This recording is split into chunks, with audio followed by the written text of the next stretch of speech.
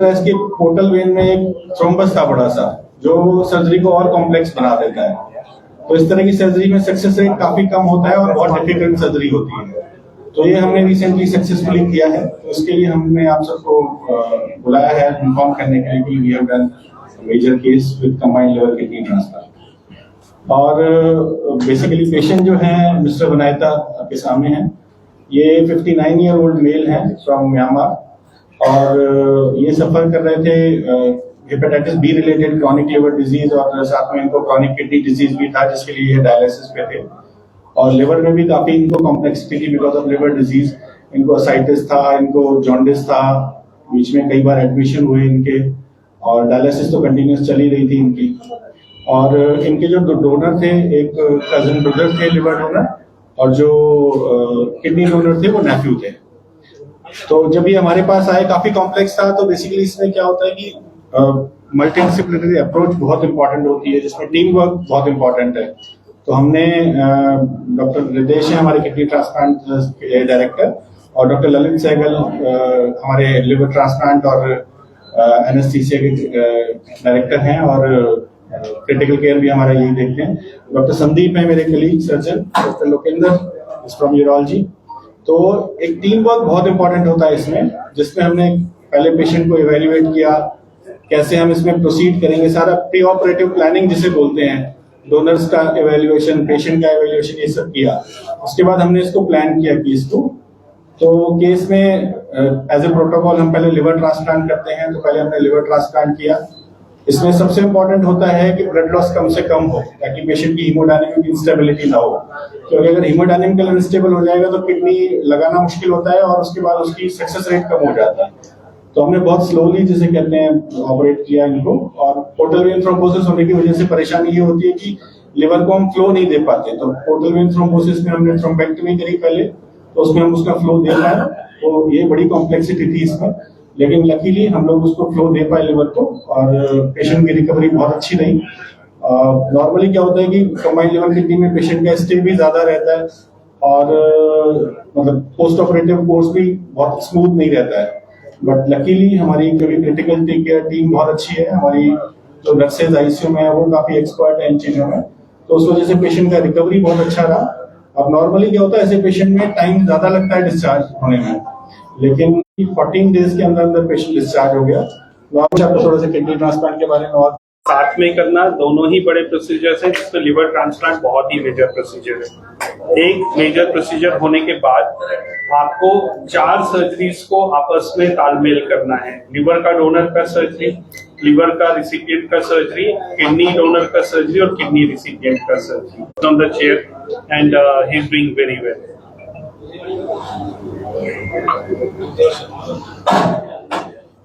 नमस्कार, सभी का यहाँ आने के लिए शुक्रिया। और काफ़ी चीज़ें तो बता ही चुके हैं। तो इसमें सबसे इम्पोर्टेंट जो है वो टीम वर्क है। तो एक जो से तैयारी हमने एक तो पेशेंट की करी और एक हम लोगों ने बैठ करके सर्जरी से पहले सब लोगों ने टीम मीटिंग किया, जिसमें ये डिसाइड हुआ कि हम कैसे आगे चलने वाले हैं। क्योंकि वो एक टीम मेंबर्स का आपस में कोऑर्डिनेशन, कौन क्या करने वाला है, कैसे होने वाला है आपस में, क्योंकि वो काफी इम्पोर्टेंट एस्पेक्ट है। तो उसको देखते हुए उसके बाद जो डॉक्टर रितेश बता ही चुके हैं कि और डॉक्टर शैलेंद्र भी की नर्सिंग केयर बाद में बहुत इम्पोर्टेंट था। और लिवर की और किडनी की अपने आप में ही बीमारियां, बहुत बड़ी बड़ी बीमारियां पूरे बॉडी को इफेक्ट करती हैं। जब दोनों हो जाती हैं तो डेफिनेटली प्रॉब्लम आती है। तो थैंकफुली हमारे एक्सपेक्टेशन से बेटर अच्छा कोर्स रहा, मेहनत सफल हुई, इसकी हमें सबको खुशी है। Thank you. डॉक्टर साहब, कितने घंटे ऑपरेशन चला है इसके बारे में? ये सुबह हमने इनको ऑपरेशन थिएटर में लिया था 7:30 बजे, 10 बजे लिया था और रात को 1 या 1:30 बजे हमने ओटी से बाहर लेके आए। करीब 14 घंटे के आसपास लगा। डॉक्टर कहूँगा, ये जो ऑपरेट आपने किया, ये सर्जरी आपने रिपोर्ट से की है या फिर प्रैक्टिकली? देखिए, इसमें जो हमारा किडनी डोनर है वो रोबोटिक हुआ है, तो उसको डोनर को हम हमेशा कम वो देना चाहते हैं। तो डोनर के जस्ट 3 या 4 हो के और जो रिसिपिएंट है वो ओपन हुआ है इस पर्टिकुलर। जब से डबल ट्रांसप्लांट हुआ है बॉडी के किसी ऑर्गन पे इसका कोई इम्पैक्ट पड़ेगा? मैम बॉडी के सब ऑर्गन्स पे इसका इम्पैक्ट पड़ेगा और वो सब इम्पैक्ट पॉजिटिव होगा। देखिए जैसे अब पेशेंट को किडनी फेलियर है तो किडनी फेलियर की वजह से और लिवर फेलियर की वजह से उसका हार्ट भी बहुत वीक हो चुका था, उसकी रेस्पिरेशन बहुत वीक थी, कुछ खा नहीं सकता तो बॉडी में प्रोटीन ही नहीं रह गया, तो बॉडी में जगह जगह जख्म बन रहे हैं, तो आप कोई डाइट ही नहीं ले सकते। तो जैसे लिवर का फंक्शन बेटर हुआ, किडनी का फंक्शन बेटर हुआ, आप पानी पी सकते हैं। पहले पानी ही अलाउड नहीं है, आप खुद समझिए जो पेशेंट दिन भर में उसको रिस्ट्रिक्शन है 500-700 ml पानी पीना है, अब वो प्रॉपर डाइट ले सकता है, प्रॉपर प्रोटीन डाइट ले सकता है, उसकी न्यूट्रिशन बेटर होगी, हीलिंग बेटर होगी। वो जो चल भी नहीं पा रहा वो धीरे चलना शुरू होगा।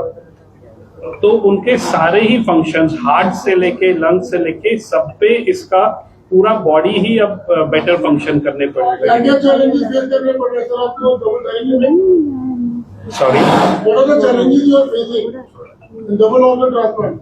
सी challenges are the proper planning first of all, like you have to be very coordinated कि आपको एक टीम और दूसरे टीम में प्रॉपर कोऑर्डिनेशन होना चाहिए, सिर्फ डॉक्टर्स का नहीं, नर्सेस का, टेक्नीशियंस का, किसका क्या रोल है सारा, किस टाइम पे क्या करना है, बिकॉज टाइम बहुत इंपॉर्टेंट है।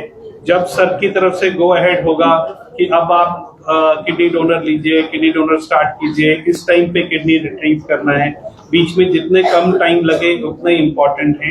ये तो सर्जरी के जो चैलेंजेस हैं, उससे ज्यादा चैलेंजेस एनेस्थीसिया के लेवल पे है, जो मुझे लगता है अगर ललित सर ही बताएं तो ज्यादा बेटर है।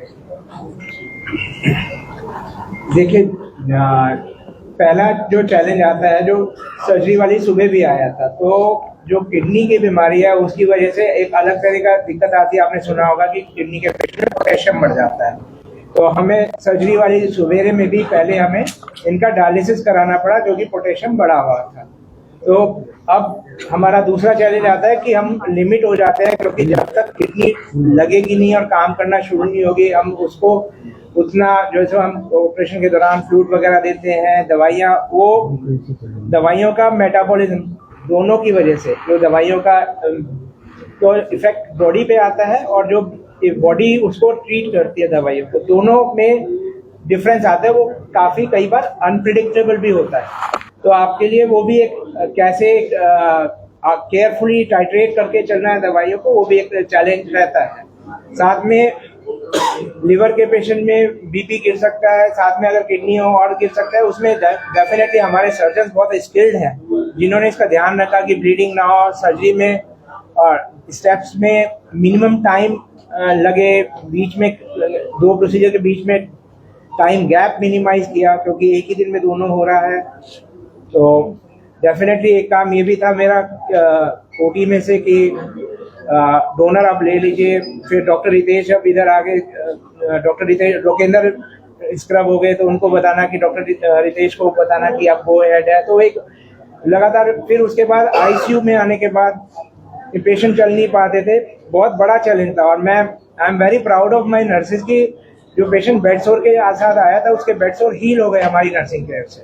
पेशेंट कितने टाइम के बाद नॉर्मल रूटीन में आ जाता है? ये काफी सिक पेशेंट थे, तो इसमें अगर नॉर्मल होने का टाइम पूछोगे तो 2 से 3 महीने लग जाते हैं।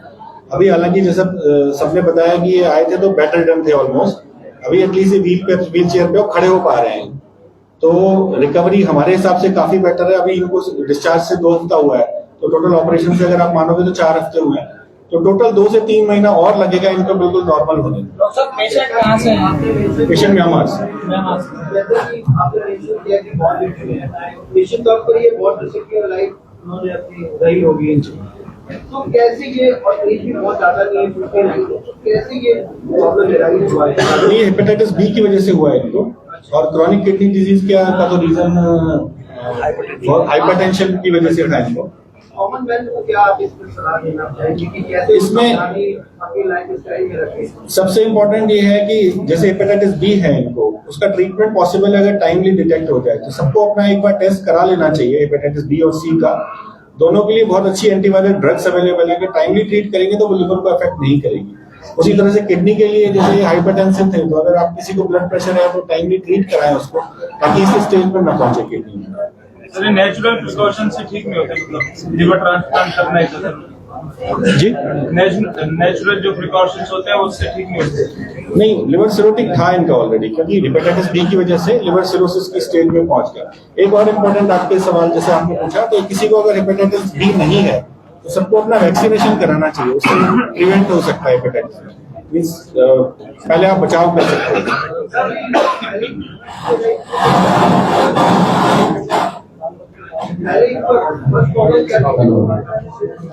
नहीं, इनको किडनी का प्रॉब्लम तो ज्यादा टाइम से था, बाकी फिर जब इवेल्युएट हुए किडनी के लिए और ट्रीट हो रहे थे, उस दौरान डिटेक्ट हुआ कि इनको लिवर प्रॉब्लम भी है।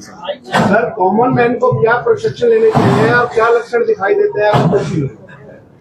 जी, लक्षण से इम्पोर्टेंट मुझे लग रहा है prevention is better than cure. अगर मेरे हिसाब से सब अपना हेपेटाइटिस बी और सी का सबको टेस्ट कराना चाहिए, और अगर कोई पॉजिटिव है तो उसको एंटीवायरल ड्रग्स अवेलेबल है वो लेने चाहिए, और कोई नेगेटिव है तो हम सबको अपना वैक्सीनेशन हेपेटाइटिस बी के लिए करा लेना चाहिए। और अगर एक बार डिटेक्ट हो जाता है, मान लो किसी को सिरोसिस की स्टेज में ऑलरेडी पहुंच गया है, तो उस पर डिपेंड करता है कि किस स्टेज में सिरोसिस है। अगर अर्ली स्टेज में है तो वो रिवर्स हो सकता है, लेकिन अगर लेट स्टेज में है तो फिर उस ट्रांसप्लांट में क्राइटेरिया एज का भी है, कोई एज इफेक्ट करती है इसमें कुछ? नहीं, नॉर्मली एज का ट्रांसप्लांट का कोई ट्रांसप्लांट का पूछ रहे हैं या ये लक्षण होता है कोई बीमारी के जो आप बता रहे हैं? नहीं, बीमारी के लक्षण जो होते हैं, जैसे पेशेंट को जॉन्डिस होता है, अगर लिवर से अफेक्ट होता है, लिवर अफेक्ट होता है तो जॉन्डिस होना, पेट में पानी भरना, खून की उल्टी होना, किडनीज पे असर आना, बेहोशी वाली सिचुएशन, ये सारे इनके लक्षण हैं। पैरों में सूजन आना, तो ये सारे लक्षण हैं जिससे पता चलता है कि आपको कुछ प्रॉब्लम है। एज इसमें कुछ नहीं है, बच्चों से लेके ओल्ड एज तक अफेक्ट हो सकता है। ज्यादातर लोगों को स्टेज 1 का लीवर का प्रॉब्लम होता ही है, कोई भी ऐसे अल्ट्रासाउंड कराएगा तो उसको स्टेज 1 का प्रॉब्लम बताते ही बताता है। तो ऐसे में वो आगे ना बढ़े, क्या प्रिकॉशंस लेने चाहिए इस तरीके से? आप शायद ग्रेड 1 फैटी लिवर की बात कर रहे हैं, क्योंकि सब कराते हैं तो ग्रेड 1 फैटी लिवर लेके बहुत पेशेंट आते हैं। इसमें सबसे इम्पोर्टेंट होता है लाइफस्टाइल मॉडिफिकेशन। अपना वजन कंट्रोल में रखें, अगर डायबिटिक है तो उसको ट्रीट करें, और खाने में फैट और शुगर ज्यादा न लें। तो उसको अगर अपना सबसे इम्पोर्टेंट होता है लाइफस्टाइल मॉडिफिकेशन, एक्सरसाइज करना, वजन कम करना, अपना डाइट का ध्यान रखना, ये सबसे इम्पोर्टेंट है। सक्सेस रेट रहा है इसमें? जी, अब तक का कोई सक्सेसफुल रहा है या फर्स्ट है? नहीं, ऑपरेशन बहुत होते हैं, लेकिन बहुत कम सेंटर है जो कंबाइंड लिवर किडनी कर पाता है। हर जगह फैसिलिटी अवेलेबल नहीं होती, तो ये मैं एग्जैक्टली नहीं कह सकता, बट हाँ मेट्रो ग्रुप का पहला है।